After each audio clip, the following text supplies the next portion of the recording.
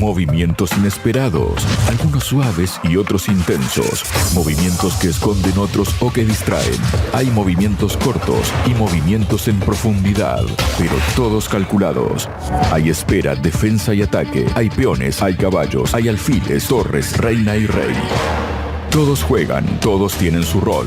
En Radio Sputnik, Ajedrez de Geopolítica, donde conocemos todo lo que se juega y todo lo que se decide. Conduce Javier Benítez. El presidente de Rusia, Vladimir Putin, ha llegado este jueves al Palacio Presidencial de Hanoi para dar inicio a sus reuniones oficiales en la capital vietnamita en el marco de su visita de Estado al país asiático. El líder ruso fue recibido por su homólogo vietnamita, precisamente To Lam. Para hablar sobre lo que significa esta visita del líder ruso, estoy junto al analista internacional Cristian Lamesa. Cristian, bienvenido a Radio Sputnik. ¿Cómo estás? Muy bien, Javier. Encantado, como siempre, de charlar con vos y con tu audiencia. Muchísimas gracias, Cristian. Te propongo, Cristian, empezar por un artículo publicado por la agencia Bloomberg, donde destila lamento, destila lamerse las heridas, ¿no?, por parte de Estados Unidos. ¿Y por qué lo digo? Porque ha publicado un artículo editorial titulado «Vietnam saluda a Putin para impulsar los vínculos ignorando las críticas de Estados Unidos». Comienza diciendo: Putin llegó a Hanoi el jueves procedente de Corea del Norte, donde firmó una asociación estratégica integral con Kim Jong-un, quien prometió apoyar incondicionalmente a Rusia en la guerra. Según un comunicado en el sitio web del gobierno de Vietnam, cita Bloomberg: la visita demuestra que Vietnam implementa activamente su política exterior con un espíritu de independencia, autosuficiencia, diversificación y multilateralismo. Vietnam y Rusia tienen vínculos que se remontan a la época de la Unión Soviética, detalla Bloomberg. Hanoi está haciendo, dice, a un lado las críticas occidentales a su invitación a Putin, quien visitó Vietnam por última vez en 2017 cuando fue anfitrión de la Cumbre de Cooperación Económica Asia-Pacífico. Y escribe Bloomberg: la Embajada de Estados Unidos en Hanoi, en un comunicado el lunes, dijo que ningún país debería darle a Putin una plataforma para promover su guerra de agresión y permitirle normalizar sus atrocidades. Es decir, aquí la agencia Bloomberg inevitablemente está demostrando que Estados Unidos está sangrando por la herida y lo único que puede hacer es lamer esas heridas. Cristiano, ¿cómo lo interpretas? Y esto, Javier, que vos relatabas tan detalladamente, es ni más ni menos que el ocaso, ¿no?, del poder hegemónico y de la influencia occidental sobre los países llamados por ellos mismos del tercer mundo, o cuando se dice incluso esto de sur global, que yo siempre digo, no, la calificación es mayoría global, porque realmente estos países emergentes que están, por supuesto, apostando y apoyando este mundo multipolar que están haciendo, ya no se someten a los designios de Washington, y sin duda esto es lo que le duele. Estas son las heridas que se están lamiendo, como vos bien marcabas, y es también realmente un poco paradójico, ¿no?, este lamento occidental, este lamento de Washington a través de la vocería de la agencia Bloomberg, porque, como vos bien marcabas, ya desde la época soviética Vietnam mantiene unos lazos de amistad muy fuertes, muy sólidos con su actual heredera, que es la Federación Rusa, sino que también hay que recordar que fueron los Estados Unidos los que mataron a millones de vietnamitas durante la guerra en aquel país. Hay que recordar que destruyeron miles y miles de hectáreas y de kilómetros cuadrados de selva, de campos, con el famoso agente naranja, que ocasiona que incluso al día de hoy nazcan niños en Vietnam con deformidades y con padecimientos congénitos derivados de justamente esta guerra química que llevó adelante la Casa Blanca contra Hanoi. Entonces, sinceramente, decir que uno ya está como un poco inmunizado, ¿no?, respecto de la hipocresía y todo lo que hace Occidente, pero si no, realmente no deja de asombrar. Y por otro lado, es muy interesante también lo que marcabas, ¿no?, de esta anterior visita, que antes de recalar en Vietnam su paso del presidente Putin, por supuesto, por Corea del Norte, porque la firma de estos acuerdos que abarcan un área amplísima de actividades en el campo de la seguridad es sustancial, porque es el compromiso explícito por parte de ambos países de la defensa mutua en caso de ataque a cualquiera de ellos. Eso no es un compromiso menor, y más tratándose de Rusia, que en este momento enfrenta una amenaza existencial por parte de la OTAN, y también Corea del Norte, que se sabe que es un objetivo que tiene las aspiraciones de destruir y de someter la Casa Blanca. Entonces este compromiso es muy, muy importante. Y por último, resaltar esto, ¿no?, que también mencionaba, cómo parece ser que cada vez se ve de forma más diáfana la prepotencia con la que Estados Unidos pretende dictar la política exterior de naciones soberanas. O sea, Vietnam tiene todo el derecho del mundo de mantener relaciones y de hacer acuerdos con quien le plazca, pero por supuesto que la Casa Blanca, con su infinita soberbia, pretende decir con quién se debe interactuar, de qué país se puede ser amigo y de cuál no, y preferentemente se debe ser enemigo. Claro, parece en este sentido, Cristian, que Vietnam tiene mejor memoria que Japón, ¿no? Bueno, lo de Japón es realmente una cosa horrible, ¿no? Porque incluso vos sabés que no soy un profundo conocedor del tema de Japón, pero sí hay algunos datos que son curiosos y que conozco. Y es que, por ejemplo, cuando se habla de Hiroshima y Nagasaki, no se menciona, o sea, parecería ser que es algo que, bueno, que cayó del cielo, que sí, las bombas cayeron del cielo, pero como que no se menciona quién fue el que ordenó ese bombardeo, que fue, por supuesto, los Estados Unidos a cargo de Harry Truman. Y en ese sentido, por supuesto que desde la furiosa occidentalización que sufrió desmedro de su propia cultura, que ya ha hecho algunas críticas China respecto a esto, diciéndoles que aunque muchos se tiñan el pelo de rubio, los japoneses no van a dejar de ser asiáticos. En algún momento creo que fue el presidente Xi Jinping el que lo dijo, si no fue un funcionario del gobierno seguro. Y al mismo tiempo, vos fijate que Japón entraña una doble paradoja, como también lo hace Alemania, solo que en Alemania, para contar con cierta impunidad por parte de los perpetradores de los crímenes nazis, se convirtieron en ese ariete incondicional de Occidente, ¿no? Lo hemos hablado muchas veces a lo largo de la Guerra Fría. Pero vos fíjate que Japón, pese a haberse vuelto un vasallo incondicional de Occidente en contra de otros pueblos asiáticos como China, como Corea del Norte, etcétera, al mismo tiempo sigue reivindicando, y de una forma más desfachatada que Alemania, que por lo menos mostraba cierta vergüenza hasta algún punto, ahora ya la perdió, pero reivindica muchos criminales de guerra atroces de la Segunda Guerra Mundial, no condenan ni reconocen la masacre, la atroz masacre de Nankín, donde se perpetraron atrocidades de todo tipo inenarrables durante la guerra de Japón contra China, previa a la Segunda Guerra Mundial, y nada de eso lo reconoce, que eso es un reclamo histórico de China. Entonces no tiene esa paradoja, haberse convertido en un vasallo incondicional y totalmente carente de cualquier tipo de orgullo, pero al mismo tiempo, y esto tampoco es condenado por Occidente, que es otra aberración, mantiene esa veneración como héroes de criminales de guerra que fueron realmente algo que un día tenemos que hablar en profundidad, lo que fue el accionar japonés en China, que fue una cosa de una brutalidad solo superada por los nazis en la Unión Soviética. Vamos ahora sí a centrarnos, si te parece, Cristian, en lo que es la visita en sí de Putin a Vietnam, ¿no? Tras la ceremonia solemne de bienvenida, los líderes de ambas naciones iniciaron conversaciones bilaterales. Antes de ellas, To Lam, es decir, el presidente de Vietnam, agradeció a Putin su contribución al desarrollo de las relaciones ruso-vietnamitas. El Estado, el pueblo y yo personalmente siempre damos gran importancia al desarrollo de las relaciones entre nuestros países y también estamos muy agradecidos por su apoyo a las relaciones entre nuestros países y a Vietnam, afirmó. Al mismo tiempo, el líder vietnamita habló de los importantes logros alcanzados por la nación euroasiática durante las últimas 2 décadas.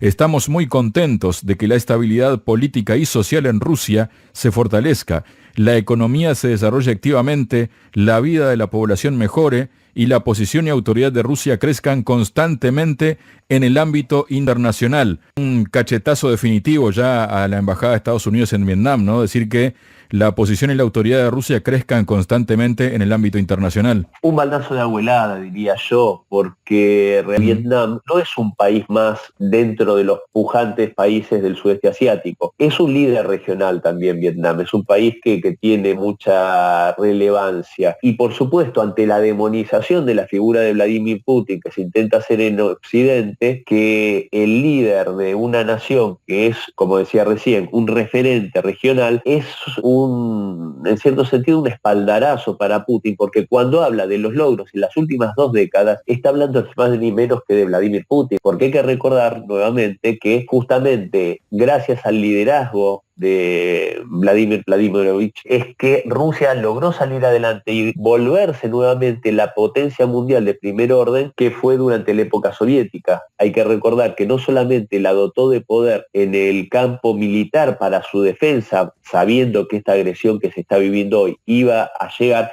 sino que también, por supuesto, recompuso su economía, recompuso el entramado industrial, convirtiéndolo en una potencia en ese aspecto, también en el aspecto energético. Entonces, por supuesto que este halago del líder vietnamita a su homólogo ruso es no solo un gran halago y reconocimiento para Rusia, sino que taxativamente sobre la figura de Vladimir Putin. Por eso, como vos bien decías, es un cachetazo y un baldazo de agua fría para la propaganda occidental, diría yo. Por otra parte, Cristian, Putin ha afirmado, tras la reunión en Hanoi con su homólogo vietnamita To Lam, que sus posturas coinciden en muchos aspectos. Según el mandatario ruso, en el encuentro abordaron asuntos de carácter regional e internacional. Entre otras cosas, Putin resaltó la importancia de la transición con Vietnam hacia el uso de monedas nacionales en el comercio bilateral. No menos importante es el hecho de que nuestros países estén apostando sistemáticamente por las monedas nacionales en las liquidaciones financieras y se esfuercen por construir canales sostenibles de crédito y cooperación bancaria, destacó. Agregó que el año pasado el porcentaje de transacciones en rublos rusos y dong vietnamitas representó más del 40% del volumen de transacciones comerciales bilaterales, mientras que en el primer trimestre de este año fue de casi un 60%. Además, Putin subrayó que el Banco Vietnamita Ruso desempeña un papel clave en las operaciones de comercio exterior entre los dos países. El banco mantiene una dinámica positiva de sus indicadores clave, proporcionando constantemente a los clientes vietnamitas y rusos una amplia gama de servicios financieros y crediticios, dijo Putin. ¿Esto qué representa, no? Porque ya estamos sabiendo que Rusia está haciendo intercambios comerciales por fuera del dólar con China, con Vietnam, con muchísimos países, pero a su vez otros países se han sumado a esto, ¿no? ¿Qué representa esto, Cristian, para este mundo multipolar que está emergiendo inevitablemente? Esto significa independencia, esto significa que los países dejen de ser sometidos a sanciones arbitrarias, a que el dólar, que con cierto consenso internacional fue aceptado como una moneda para el comercio exterior por parte de todo el mundo. Recordemos que esto viene de Bretton Woods al final de la Segunda Guerra Mundial. Se mantuvo a pesar de la salida de Washington de ese acuerdo en el 71, y en el año 73 se gestó lo que fue el petrodólar con Arabia Saudita para sostener a la divisa, ya que había abolido el patrón oro, que en el 74 se firmó finalmente ese acuerdo con Arabia Saudita, que ahora vamos a volver a eso un minuto. Pero al Estados Unidos empezar a utilizar de forma totalmente desmesurada a su moneda como un arma, con el tema de las sanciones, etcétera, por supuesto que los países que intentan ser soberanos y que tienen una voluntad soberanista encuentran en estas acciones como el comerciar en sus monedas nacionales, en sus divisas. Hay algo que realmente marca la soberanía de un país, que es su moneda y su bandera. Su moneda no es menor a su bandera, es sumamente importante. Entonces yo veo como un gran gesto que justamente los países soberanos vuelvan al uso de sus monedas nacionales en el comercio exterior, y este es el caso, por supuesto, como vos bien hablabas, de Rusia con el rublo, de China con los yuanes, y en este caso Vietnam y otros países que, de hecho, como vos bien sabés, ya está prácticamente es una realidad la creación del UNIT, que sería la moneda de los BRICS, una moneda que, si no me equivoco, en un 30%, entre un 30 y un 40, pero creo que en un 30% va a estar respaldada en oro, o sea, se vuelve al patrón oro, lo cual es una gran noticia frente a estas monedas fiat que no tienen ningún tipo de respaldo, como el dólar, el euro, etcétera, y el resto del porcentaje no es un 40 en oro y un 60 va a estar respaldado en las monedas de los países participantes de los BRICS o los que adhieran a este sistema. Entonces, que a su vez esas monedas se está viendo la forma de que a su vez estén respaldadas las monedas nacionales en, ya pueden no ser oro, sino materias primas que manejen estos estados. Con lo cual vamos a estar frente a monedas fuertes, monedas sólidas, no como el dólar, y lo más saludable, no vamos a estar sometidos a la arbitrariedad de que te digan a partir de hoy no podés participar del sistema de intercambio electrónico, el SWIFT, no podés usar el dólar para intercambio internacional. Entonces, bueno, si no se puede, que guarden el dólar en un cajoncito y el resto de los países soberanos van a poder comerciar en sus monedas locales. Yo creo que esto es fundamental y fíjate lo importante de esto, Javier,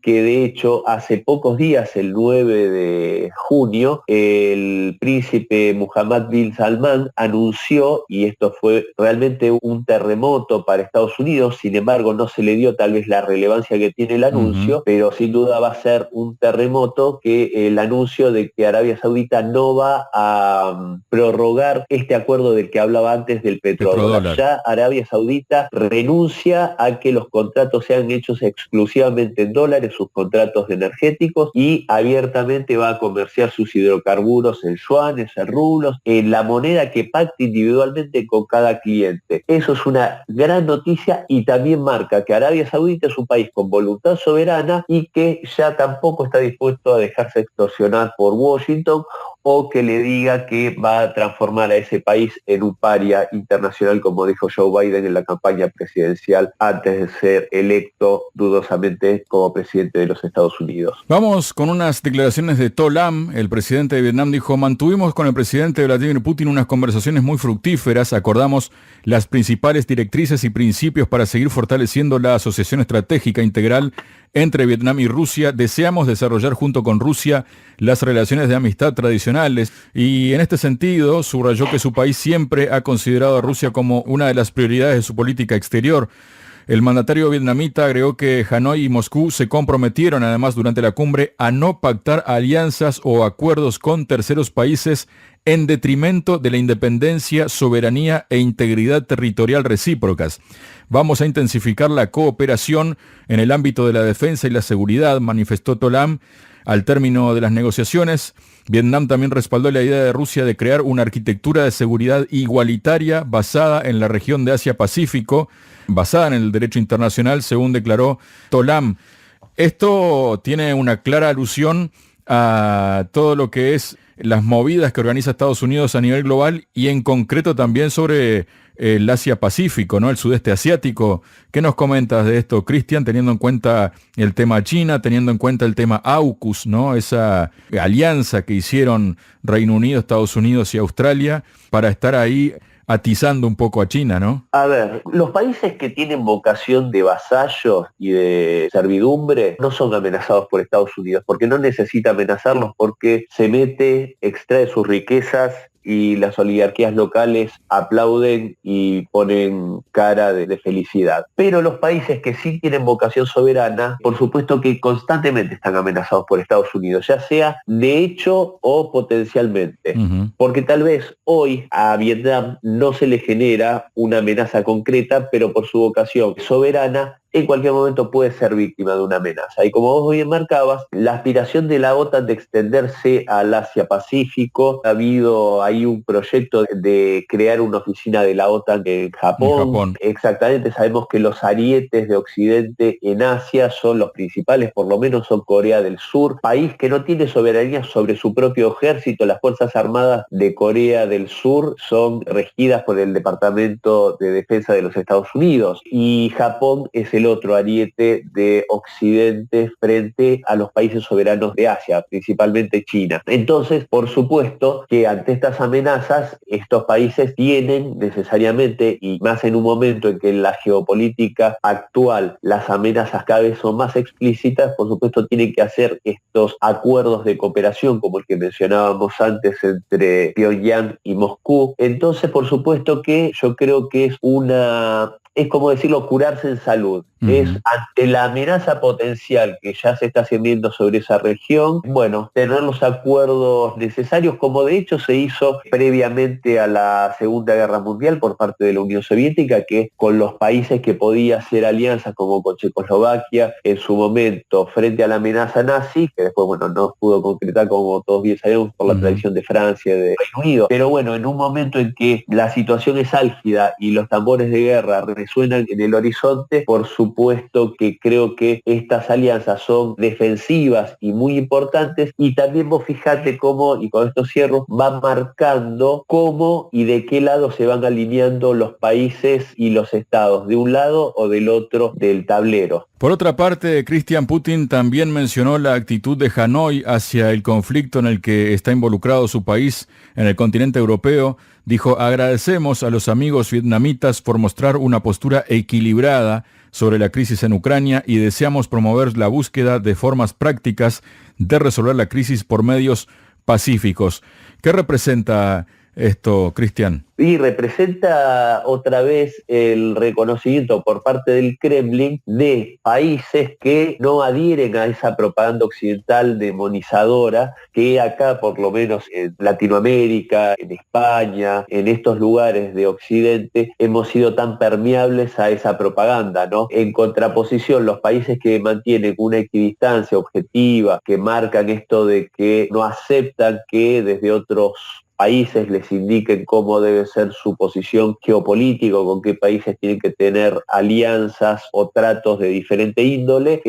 Yo creo que, por supuesto, el Kremlin lo aprecia y lo agradece, y máxime en las actuales circunstancias. Entonces me parece, como siempre resalto, que Rusia es un país que en sus relaciones bilaterales no solo busca las relaciones mutuamente beneficiosas en los diferentes aspectos comerciales, financieros, etcétera, sino que también es un país que persigue la amistad entre los pueblos, ¿no? La cooperación y la amistad, vínculos estrechos. Esto lo hemos visto a lo largo de muchas décadas con Cuba, por ejemplo, con Nicaragua, desde hace un par de décadas lo vemos con Venezuela, y por supuesto, como mencionabas al principio de la charla, que hace muchas décadas que tiene una relación muy sólida con Vietnam y con otros países. Entonces yo creo que, al contrario de lo que pasa con el payasesco presidente que en este momento preside mi país, la Argentina, hay estados, hay países que tienen buena memoria y que recuerdan quiénes son sus amigos, quiénes estuvieron en los malos momentos junto a ellos, y va en ese sentido el reconocimiento y el agradecimiento por parte de Vladimir Putin. Muchas gracias, Cristian. No, gracias a vos, Javier, como siempre. Un gran abrazo. Sputnik. Contamos lo que otros callan.